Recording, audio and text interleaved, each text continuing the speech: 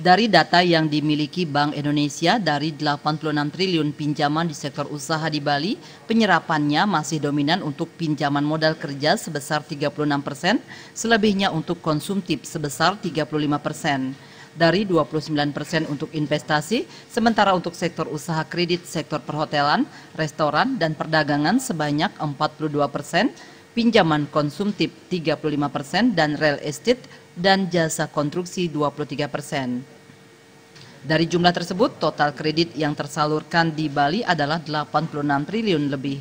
Dari data tersebut, pakar perbankan dan akademisi Wiraguna Bagus Oka mengatakan, di Bali terjadi hal yang ironis dengan aset yang dimiliki Bank BPD saat ini, yakni sebesar 12 triliun rupiah, serta kredit sebesar 9 triliun rupiah, seharusnya 80 hingga 90% mampu mengangkat perekonomian Bali dengan memberikan kredit kecil kepada UMKM. Namun kenyataannya saat ini Bank BPD yang sebagian sahamnya dari pendapatan pemerintah provinsi serta kabupaten kota saat ini lebih banyak kredit diberikan untuk konsumsi atau konsumtif dan bukan untuk ekonomi kerakyatan.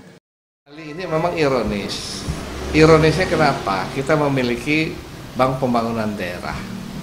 Bank Pembangunan Daerah itu sebagai sentral atau utama penyangga daripada agen pembangunan Bali melalui bank, agent of development, namanya juga Bank Pembangunan Daerah. Nah, fungsinya itu tidak optimal bekerja.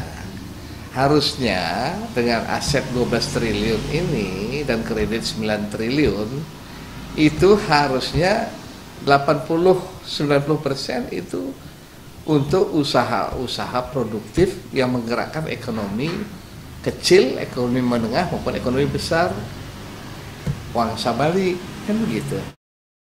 Kondisi ini tentunya belum sejalan dengan program pemerintah saat ini dengan kebijakan ekonomi berbasis Trisakti dan Nawacita yang bertujuan untuk membangun ekonomi mandiri dengan penguatan kerakyatan yang menjadi acuan utamanya.